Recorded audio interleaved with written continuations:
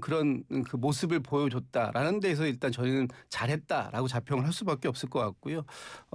이재명 네. 후보가 보여줬던 그 신뢰감 아니면 안정감 이런 것들이 준비된 후보다라는 부분을 저희가 이제 보여드릴 수 있는, 특히 이 TV 토론에서 어떤 이슈들도 기억에 남는 게 있습니다만 가장 중요한 건 토론회가 끝나고 나서 어떤 태도를 보였는가 하는 그 이미지, 그런 것들이 굉장히 중요한데 이재명 후보는 뭔가 이 경제를 살릴 수 있을 것 같은 안정감과 신뢰감 이런 것을 주는 데에는 충분히 성공적이었던 게 아닌가 이렇게 자평하고 있습니다. 네, 김진욱 민주당 대변인 평가 들으셨고요. 이종근 시사평론가님.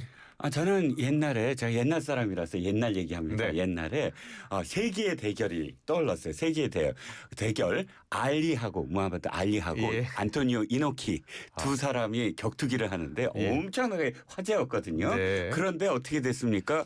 침대 방어. 방어는 말씀하셨지만 하나도 재미가 없었어요. 예. 알리가 뭔가 때리려고 하는데 이노키는 누워서 예. 들어와만 예. 했거든요. 예. 결국 어떻게 됐습니까? 다 실망을 했잖아요. 예. 솔직히 말씀드리면 이 토론이란 건 어찌됐든 자기가 아무리 방어를 하더라도 앞으로 내가 어떤 세상을 만들겠다라는 거를 직접적으로 얘기하면서 그걸 어떤 뭐 논쟁을 하면서 서로 검증을 하는 건데 결국은 그 안토니오 이노키가 조금 떠올랐어요. 이재명 후보를 바라보면서 실점을 하지 않으려고 그냥 노력했다는, 그래서 이제 좀 너무 정신승리 하시는 게 아닌가라는 생각이 들고요. 점수를 주려면 저는 이준석 후보가 좀 점수를 주고 싶어요. 그래요? 왜냐하면은 공격을 하는 나머지 세 사람 중에 그래도 끝까지 쫓아가서 한 대라도 때리려고 노력을 했다.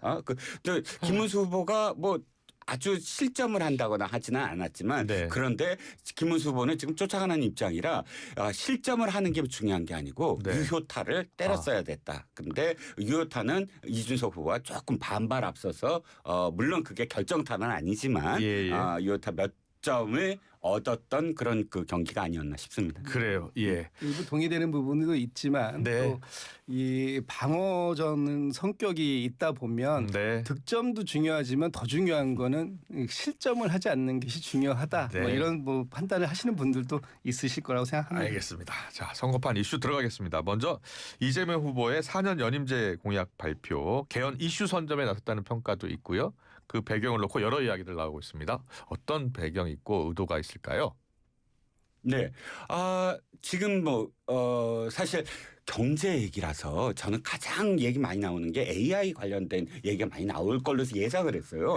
왜냐하면 뭐 100조 하신다고 그러고 또 사실 국민의힘에서도 AI와 관련돼서 굉장히 뭐 AI 몇 대 강국 뭐 이런 얘기도 하고, 그러면 이걸 어떻게 할 건가 국민들은 굉장히 관심이 있었는데 그거보다 120원. 120원 공방이. 그건 좀 이따가 등등. 제가 지금 4년 연임제 이야기를 하고 있어서. 죄송합니다. 제가 정확하게 못 들었습니다. 이재명 후보가 4년 연임제 같은 이제 공약을 발표했잖아요. 결선 투표제도 도입하자라고 했고. 이재명 후보가 지금 이슈 선점에 나섰다는 거예요. 개헌 관련해서. 이슈 선점이 아니라 이슈 지우기지요. 왜냐하면 개헌은 이미 김문수 후보도 개헌을 얘기했고 또 이재명 후보한테는 개헌은 사실 좀 불리한 대목입니다. 왜냐하면 반개헌 내지는 비개헌 후보거든요. 그 직전에 이재명 후보한테 좀 불리한 건 뭐냐면 헌정 회장하고의 통화에서 말을 바꿨다라는 꼬리표가 계속 붙을 거예요. 정대철 헌정 회장은 사실 자신의 진영 그 원로 선배잖아요. 그런데 나하고 통화할 때는 분명히 개헌한다고 그랬다가 사흘 만에 그 말을 바꿨다라는 말을 듣고 있는데, 그런 점에서 어쨌든 개헌은 이 이슈가 만약에 야당 쪽, 그러니까 야당이 아니라 김문수 후보나 혹은 이준석 후보나 이쪽에서 개헌을 먼저 얘기하면 굉장히 불리한 상황이잖아요. 그러면 자기가 이야기함으로써 주도를 한다기보다는 이쪽에서 이야기할 수 있는 개헌 이슈를 희석시킨다 정도. 그러니까 지금 들여다보면 개헌을 주도할 만큼의 어떤 내용이 있느냐. 솔직히 말씀드리면 그 내용들 전부 다 실제로 개헌 공방이 벌어졌을 때 또는 개헌 논의가 됐을 때는 많이 고쳐야 돼, 수정해야 될 부분이 굉장히 많거든요. 하나만 예를 들자면 4년 연임제 말씀하실 때 너무 포괄적으로 말씀하셨어요. 옛날에 노무현 대통령이나 문재인 대통령도 4년 연임제를 주장했지만 그때 분명히 1회에 한해서라는 전제를 달았거든요. 그런 조금 더 정밀하고 정치한 어떤 이 제안이었다면 상당히 이 논의가 아까 예를 들어 개헌연대 뭐 모든 후보들이 전부 개헌을 선언합시다 이렇게 될 테지만 이 연임제 같은 부분이라든지 혹은 총리 추천제 같은 부분을 이야기하면서 괜히 러시아의 푸틴을 연상시키게 만들었다. 예. 불필요한 어떤 논쟁을 일으켰다. 그런 점에서는 어쨌든 개헌을 주도하려고 하기보다는 개헌이라는 자신한테 불리한 이슈를 이제 지우는 그러니까 희석시키는 예. 그런 의도가 아니었나 싶은 거죠. 국민의힘은 이게 장기 집권 시나리오가 깔려 있다라고 그렇게 공세를 이어가고 있는데 일단 뭐 저기 그 지금 우리 이정근 평론가께서 말씀 주셨던 부분부터 먼저 한 말씀 드리고 시작을 하면 일단 이재명 후보의 이게 개헌은 불리한 그 이슈냐 아젠다냐 저는 전혀 그렇게 보지 않습니다. 예. 이재명 후보가 반개헌적이냐 또는 비개헌적을 주장한 적이 전혀 없습니다. 네. 이재명 후보는 지난 22년 대선 또 23년도에도 이 개헌이 지금의 현행의 87 체제가 이미 수명이 다했다. 그래서 새롭게 개헌을 하고 제7공화국을 열어야 된다라는데 이미 동의를 한 바가 있어요. 다만 지난 1, 2월 달에 연초에 개헌 논의가 좀 일어나고 있었을 때 그때는 섣부른 개헌 논의가 개헌이 블랙홀로 모든 것을 이슈를 빨아들일 테니까 일단은 내란을 종식하는 것, 윤석열 전 대통령이 일으킨 12.3 비상계엄에 대해서 헌법재판소가 윤석열 전 대통령을 파면에 이르게 하는 결정을 내릴 때까지 다른 불필요한 이슈들을 만들지 않아야 된다라는 부분 때문에 개헌에 대해서 상당히 그 당시엔 유보적인 입장을 가졌던 것은 맞습니다만 네. 그 이후에 지금까지 개헌에 대해서 전혀 그 필요성이나 이런 부분들을 동의하지 않았던 건 아니다라는 말씀드리고 왜 지금이냐? 그러면 뭐 개헌 이슈를 선점하려고 하는 거냐? 아니죠. 지금 이제 대선까지가 오늘로 딱 이제 보름 남았지 않습니까? 예. 그렇다면 뭐 그동안 역대 정치인들 특히 대선에 출마했던 대선 후보들은 대선에서 개헌을 공약하고 국민들께 이 부분에 대해서 동의를 1차적인 동의를 구해야 왔어요. 그랬기 때문에 지금 이제 던질 수 있었던 이제 타이밍이 되었다라는 거고 이 개헌을 주장한 날이 5.18입니다. 5월 18일인데 네.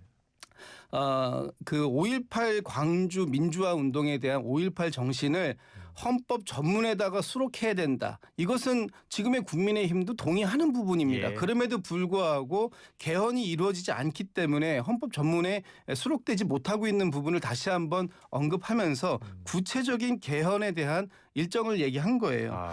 지금 왜 이 장기 집권 연임제가 장기 집권이다 이런 말씀하시는데 이재명 후보는 헌법 조문별로 지금 제안한 게 아니에요. 예. 기본적인 방향을 제안하고 이 부분에 대해서 국회 헌법 개헌 특위 여기에서 구체적인 법률안들을 많은 그 법조인들과 시민사회와 또 이 정치권이 함께 논의해서 만들어 가자 이런 제안을 한 겁니다. 그런데 그 부분을 가지고 마치 이재명 후보가 본인이 어떤 다른 생각이 있어가지고 연임제를 주장한 것처럼 말씀 주시고 공격하시는 부분은 잘못됐다라는 말씀드리고 예. 끝으로 연임제가 장기 집권이냐 이 말씀만 제가 드릴게요. 이 연임제에서 선수 그러니까 몇 번 한다라는 걸 얘기하지 않았다고 해가지고 장기 집권 프레임을 넣고 거기에 러시아의 푸틴까지 동원해 오는데 1962년도에 제5차 개정 헌법에 대통령 임기는 4년 1차에 한해 중임이 가능하다 이렇게 되어 있었던 것을 1969년도 제6차 개헌에서 박정희 전 대통령이 삼선 개헌 가능하도록 개정했고요. 그리고 장기 집권에 들어가면서 또 그 1972년 10월 유신을 통해 가지고 영구 집권까지 가려고 했던 것 이런 것들을 우리가 아는 장기 집권이다라고 얘기를 하는 겁니다. 이번에 그 이재명 후보가 4년 연임제를 던진 건 지난 2018년에 문재인 대통령이 실제 법률안 개헌안을 발의했었지 않습니까? 거기에 있는 내용하고 사실상 같다라고 봐요. 왜냐하면 그 당시에 제74조 대통령의 임기는 4년으로 하되 연이어 선출되는 경우에만 한 번 중임할 수 있다 이렇게 규정을 하고 있었어요. 그렇기 때문에 이번에 그 이재명 후보의 연임제라는 것은 연속해서 2번까지만 가능하게 하자라는 것이지 이것이 장기 집권은 아니다 이런 말씀 좀 드리고 그 러시아 얘기는 10초만 쓰겠습니다. 해야지 10초. 2020년도에 푸틴 네. 대통령이 개헌을 통해 가지고 본인의 임기를 완전 리셋시킨 이후에 만들어 놓은 것이기 때문에 네. 그것하고 이것을 연결시키는 것은 매우 부적절하다 이런 말씀드립니다. 알겠습니다. 근데 국민의힘은 왜 자꾸 장기 집권 시나리오가 깔려 있다라고 공세하는 거예요?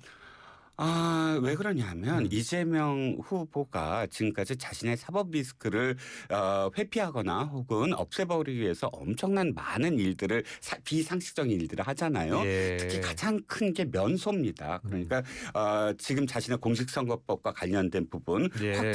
거의 확정편만 남아 있는데 이거를 법을 통과시켜서 이거는 허위 그 행위를 제외시켜 갖고 이 허위 사실과 관련된 부분을 이런 저기가 없네. 법률항이 없네. 그러므로 무죄다. 이렇게 만들려고 하는 게 너무 역력한데 예. 근데 사실 그것만 있는 게 아니라 나머지 4개 재판이 있지 않습니까? 네, 네. 이런 부분은 재판 중지가 되는 거죠. 없어지지는 않는다고요. 예. 84조로 그렇게 만약에 소추를 해석을 한다면. 네. 근데 그러면 대통령이 끝난 다음에는 또 재판을 받아야 되잖아요. 지금까지의 어떤 이재명 후보의 성정이나 혹은 이 패턴상 이게 그 4년 후는 아까 5년 후는 어떻게 될까를 미리 생각을 한다면 여러 가지 장치를 마련할 거다라는 생각을 하고 있는 차에 딱 연임제를 문재인 대통령은 1회에 한해서 예를 들어서 뭐 연이어서에 한해서라고 했는데 그런 부분 없이 연임제를 얘기했으므로 오해를 불러일으킬 수밖에 없었다라는 겁니다.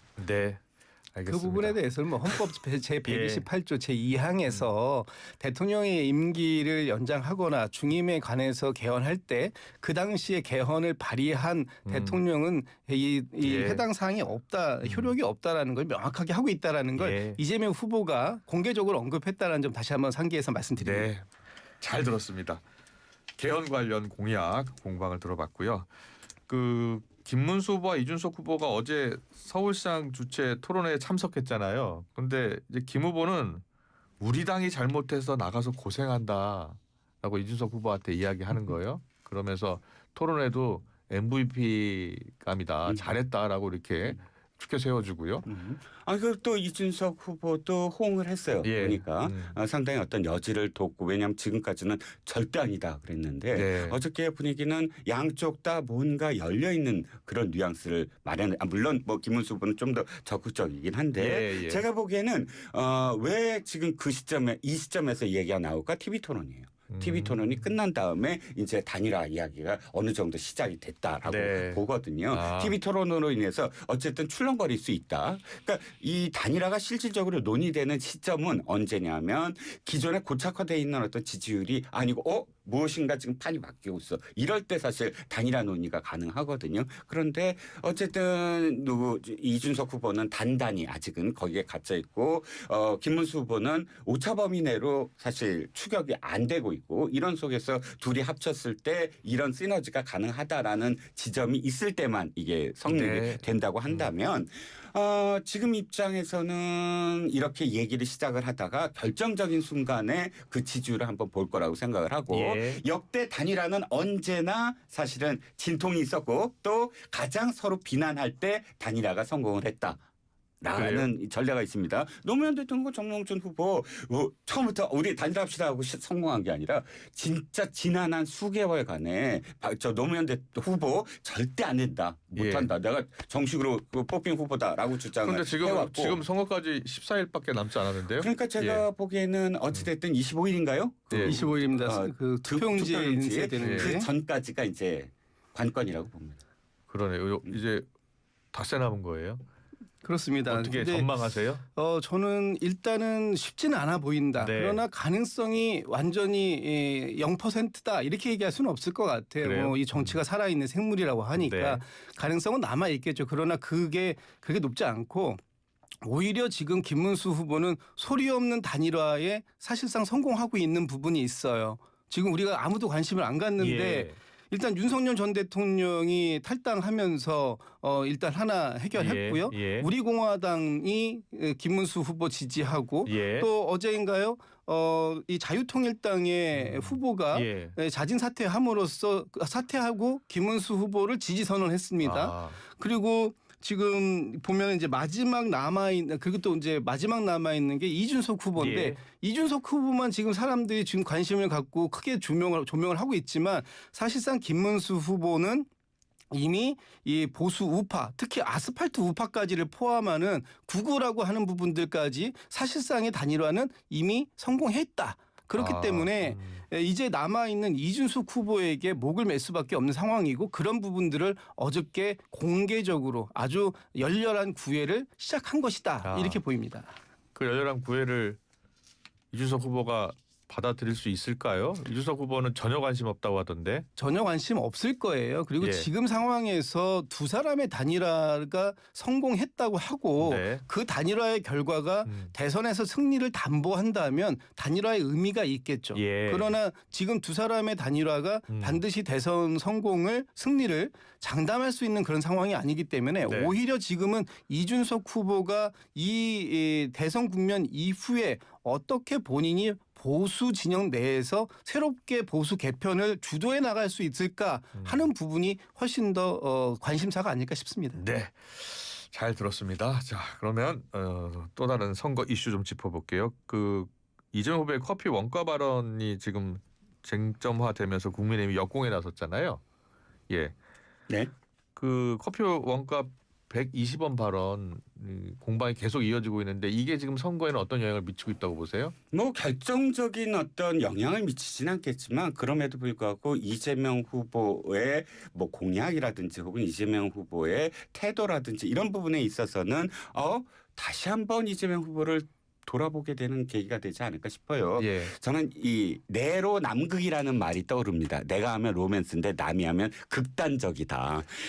이재명 후보가 TV 토론 내내 당신들은 왜 이렇게 극단적이냐? 국민의힘 계열 그 후보들은 예. 다 극단적이냐를 얘기하는데 120원 얘기만 짧게 해볼게요. 네. 저도. 자, 대파 얘기를 해봅니다. 대파 때 예. 묵직한 것을 우리가 응징해야 되겠다라고 표현한 게 이재명 후보입니다. 이재명 대표입니다. 이 윤 대통령이 대파가 875원이라고 얘기한 것에 대해서 당시 녹음을 다시 한번 녹취를 들어보시면 어떻게 얘기했냐면 하나로마트 가서 아니 875원 대파를 여기서만 이렇게 파는 거 아닙니까? 전국적으로 파는 거 아니잖아요. 했더니 거기에 정부 당국자랑 그 마트 담당자가 이렇게 얘기합니다. 지금 여러 가지 대책을 세우고 있는데 이 가격에 사실 할 수 있도록 여러 가지 뭐 정부 정책이라든지 이런 부분들 대응하고 있습니다라고 대답을 합니다. 그랬더니 대통령이 그렇다면 875원이 적정하지요. 이렇게 얘기해요. 근데 그걸 어떻게 극단적으로 어떻게 다 잘라서 말씀하셨냐면 와 대통령이 대파값을 875원이라고 하고 다닌다. 라고 해서 공격을 하셨어요. 그러면 이 120원도 마찬가지입니다. 지금 민주당은 어떻게 얘기하냐면 원재료값, 원두값을 얘기했다라고 이야기하고 있는데 아니요. 그거 다시 들어보면 원가라고 분명히 얘기를 하고 원가 120원인데 8,000원이다. 그러면 당신 5만 원 땀 뻘뻘 흘리면서 닭하는 것보다는 120원 원가인데 8,000원이니까 이거 해라.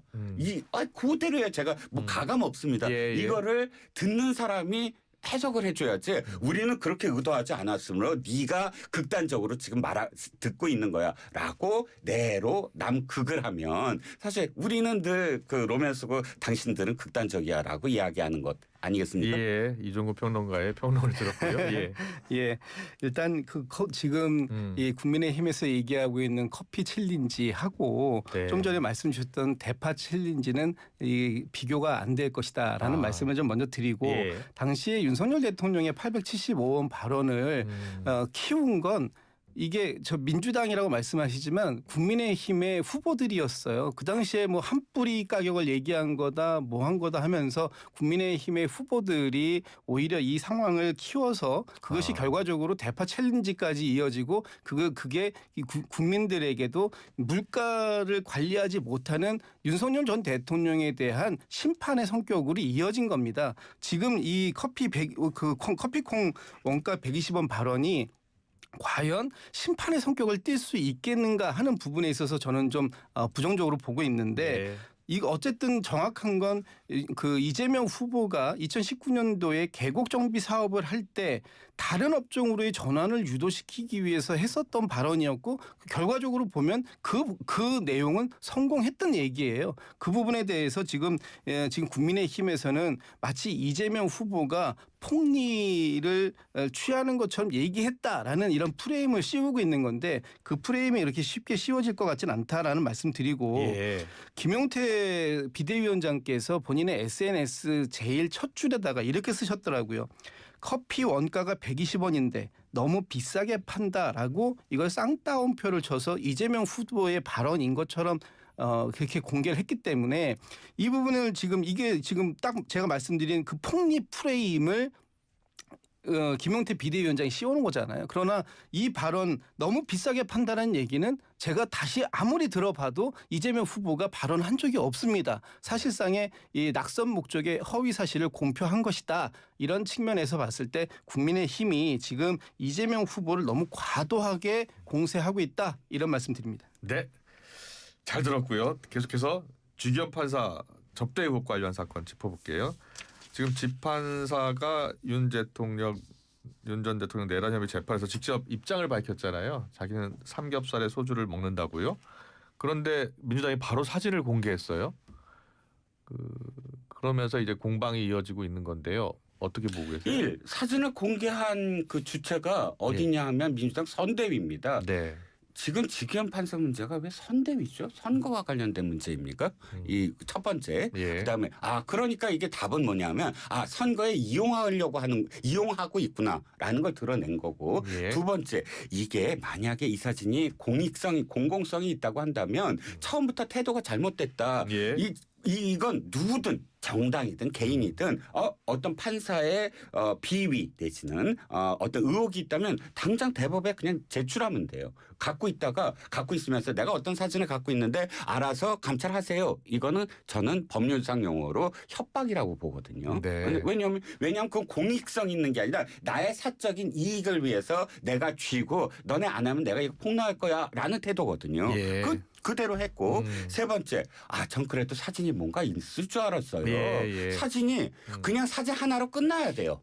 그렇게 자신 있게 공개적으로 면책특권까지 이용하면서 공표를 했다고 한다면 네. 근데 사진은 뭡니까?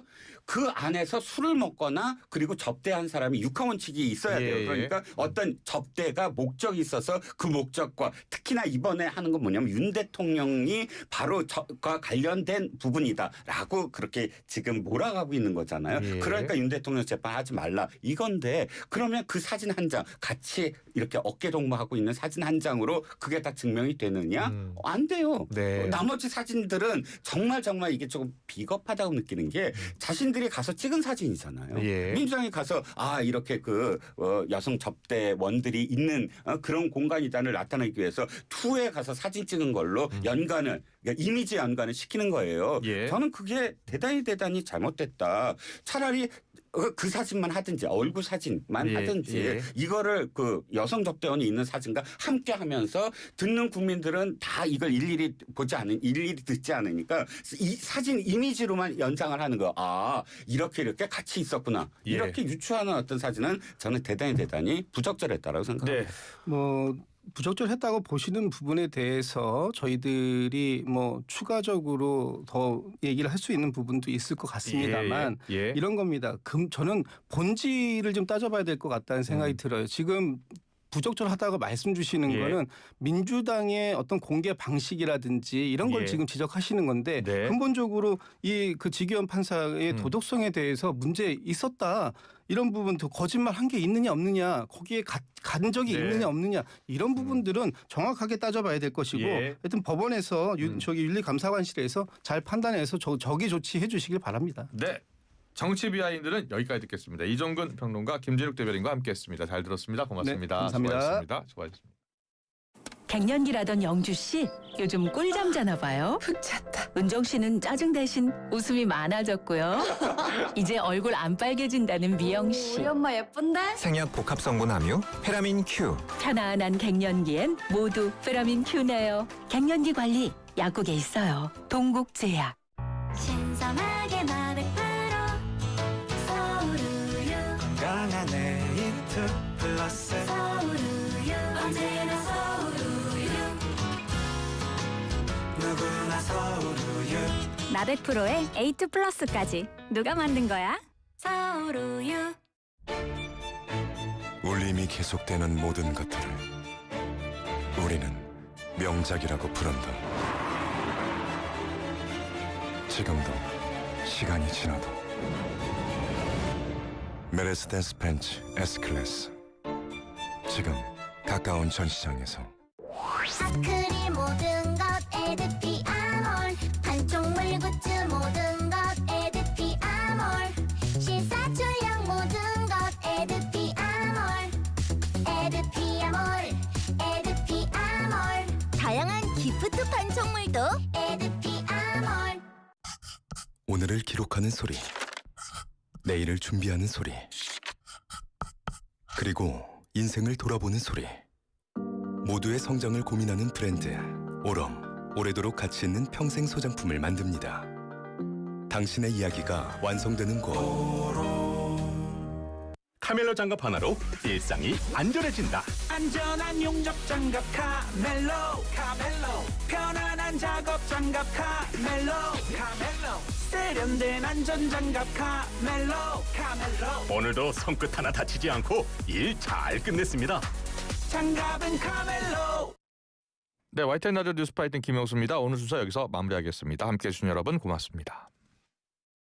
안녕하세요. 카드 고객센터입니다. 고객님의 개인정보가 유출된 것 같은데요. 확인을 위해 이 앱을 설치하셔야 합니다. 혹시 이런 전화를 받아보신 적 있으신가요? 익숙한 카드사, 친절한 상담원, 믿을만해 보여도 이건 보이스 피싱입니다. 어떤 기관도 절대 앱 설치를 요구하지 않습니다. 카드 배송과 고객센터를 사칭해 앱 설치를 유도하는 보이스 피싱. 최근 가장 피해가 급증한 금융사기 수법입니다. 의심스러운